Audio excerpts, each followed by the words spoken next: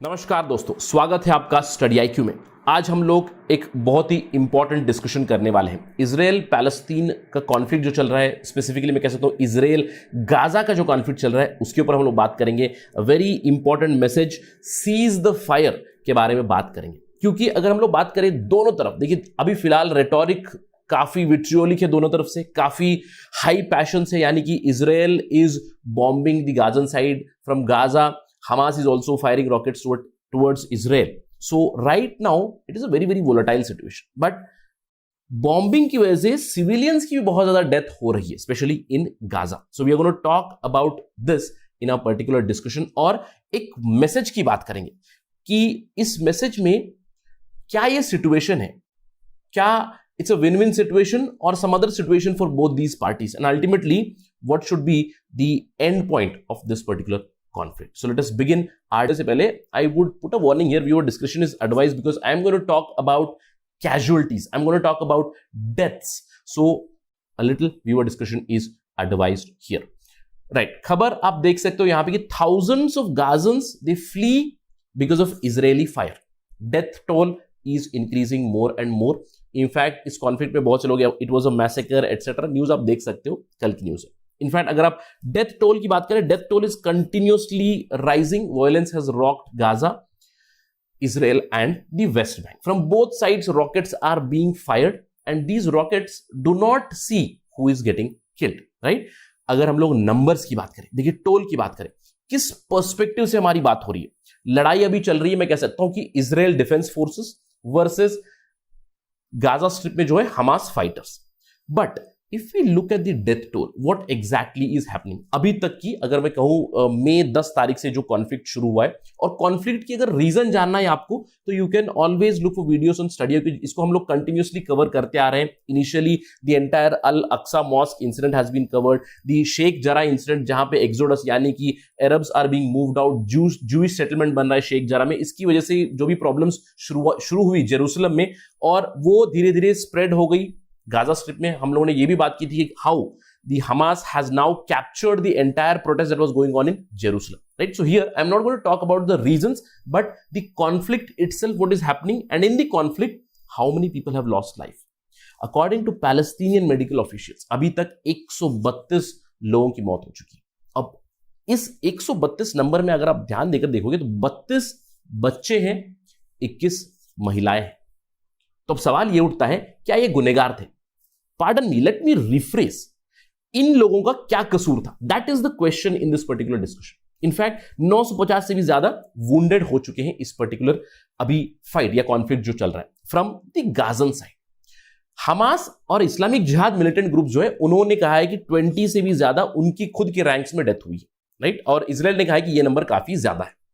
अब Israeli authorities की बात करें तो वहां पे कैजुअलिटीज है 8, जिसमें से एक सोल्जर की डेथ हुई है, who was patrolling the Gaza border, and there have been other civilian victims including 2 children, and remember one of these civilian death is Indian nurse also.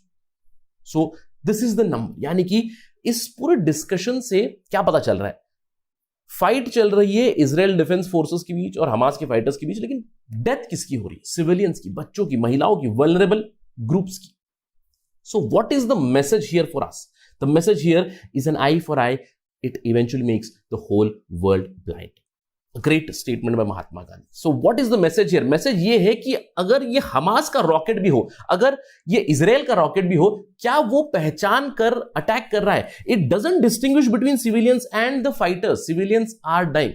If we look at the sheer numbers, remember that the Israeli military has come up with the numbers. It has said that since the conflict has begun, Hamas has fired more than 1750 rockets towards Israel. और बहुत सी जो rockets जो fire की हुई थी उसको iron डोम जो missile defence system है उसने इंटरसेप्ट किया है। 350 तो गाजा स्ट्रिप में ही वापस गिर चुके हैं, ये कहना है इजरायली मिलिट्री का। अब इमेजिन कीजिए, if Hamas has fired 1750 rockets, imagine how many rockets Israel must have fired towards the Gazas, right?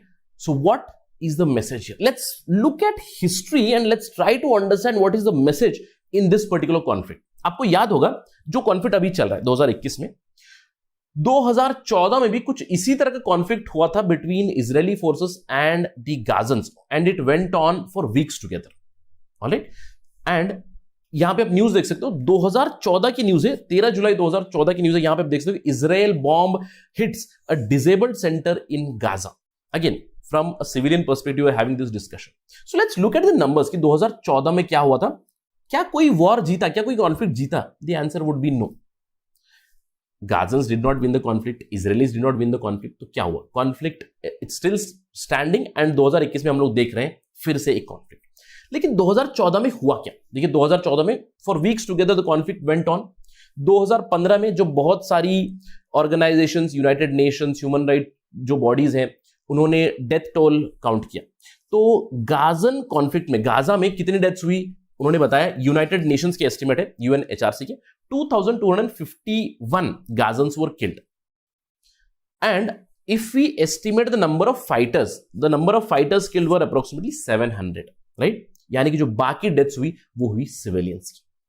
कितने वुंडेड थे? 10,000 से भी ज्यादा वुंडेड थे। अब यहां पे आप नंबर देखिए, 3,300 बच्चे वुंडेड थे इसमें, और उसमें से भी अगर आप देखिए 1000 बच्चे permanently disabled from this particular conflict. So what is the impact here? What is the message here? The fight is going on, but someone is paying the price here. अगर हम लोग यूनाइटेड नेशंस और human rights group की बातें करें, उन्होंने 2014 की conflict की जो नंबर देखी थी, 2015 में जो नंबर रिलीज हुए थे, उन्होंने कहा कि 65 to 70% of the Palestinian casualties that happened in 2014, they were civilians. What is the message here? That more and more civilians are being killed, they are losing lives. So if this conflict continues, what is the message? That this is going to continue again and again. जो Israel's right to defend itself की बात करता है, जो Hamas कहता है कि हम लोग पैलेस्तीन की लड़ेंगे, हम लोग जेरूसलम की लड़ेंगे, तो दो पार्टीज यहां पे लड़ाई कर रही है, लेकिन उन्हें ये कोई अधिकार नहीं है कि इनडिस्क्रिमिनेटली सिविलियंस के ऊपर बॉम्बिंग करें। That's the message. इनफैक्ट अगर हम लोग बात करें इस कॉन्फ्लिक्ट में क्या निकलेगा, क्योंकि 2014 में भी मैंने देखा कि who was the victim? Nobody was the victim.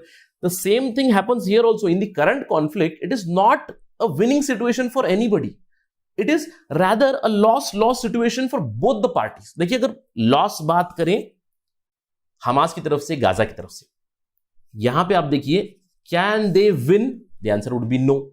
तो लॉस क्या हो रहा है? अगर आप यहां पे सिविलियंस की डेथ देखिए in Gaza side, it is extremely high, so it is a loss for both the parties, for Gazans and for Hamas it is quite clear, they can not win, more and more civilians will lose their life. That's the loss for the Gazan party. But what is the loss for Israel here? Again from win perspective, can Israel win outrightly?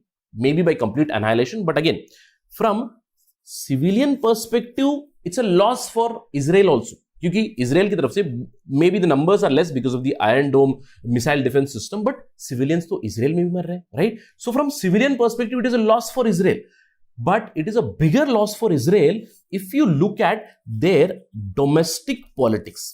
अब domestic politics में Israel में क्या हो रहा है? Communal violence has spread throughout Israel. We can see that the Jews and the Arabs are at each others throats. हाल ही में हम लोगों ने न्यूज देखी थी कि emergency has been declared in many parts of Israel, especially in Lod city in Israel. Why? Because of this particular communal violence. अब जो तीसरा रीजन है लॉस के लिए, that loss would be rather a strategic loss. देखिए अगर हम लोग बात करें इजराइल की, 2014 के बाद इजराइल ने काफी ज्यादा स्ट्रेटेजिक ग्राउंड गेन किया है। क्यों? क्योंकि इजराइल ने बहुत सारे अरब देशों के साथ अपना रिलेशन नॉर्मलाइज किया। आपको याद होगा पिछले साल सितंबर में हम लोगों ने बात की थी इब्राहिम अकॉर्ड की, जहां पे यूनाइटेड अरब एमिरेट्स के साथ इजराइल ने अपने रिलेशंस नॉर्मलाइज किए थे। अब यहां पे रिसेंटली यूएई ने अर्ज किया है मिडिल ईस्ट में सीज फायर कीजिए। उन्होंने ऑफर किया है condolences for all the victims, yes, but remember if the violence continues, what is the message Israel is sending? Israel is now making the enemies of all the Arabs. Probably whatever progress they have made towards the peace, whatever progress they have made towards being a party in West Asia, जहां पे बहुत सी जो parties थी, जैसे Egypt जो अभी mediator है, UAE के साथ नॉर्मलाइज किया था रिलेशन, इजिप्ट के साथ नॉर्मलाइज किया था रिलेशन, जॉर्डन के साथ रिलेशन नॉर्मलाइज किया, तो इससे वो एक खतरा है कि जो भी उन्होंने स्ट्रेटेजिक ग्राउंड गेन किया था वो लूज कर सकते हैं। इनफैक्ट हम लोग अभी बात कर सकते हैं कि that this conflict is becoming more and more regional. हाल ही में हम लोगों ने ये भी खबरें देखी थी, Lebanon has fired some rockets towards Israel, so this can now escalate to a regional conflict very very soon. So what is the best solution? If both the parties are at loss here, the best solution is right now to go for a ceasefire. और इस ceasefire में जो major players है जैसे कि United States है which in principle supports Israel's right to defend, इन्हें एक बड़ा रोल प्ले करना पड़ेगा. United States, Germany, the other parties, they have to play a role to ensure that there is ceasefire, especially persuade Israel to cease fire first. Then probably we can expect the end of the conflict soon and probably a permanent political solution for this Israel-Palestine problem going into future. That is it from my side on this part of discussion. Thank you for watching. Jai Hind.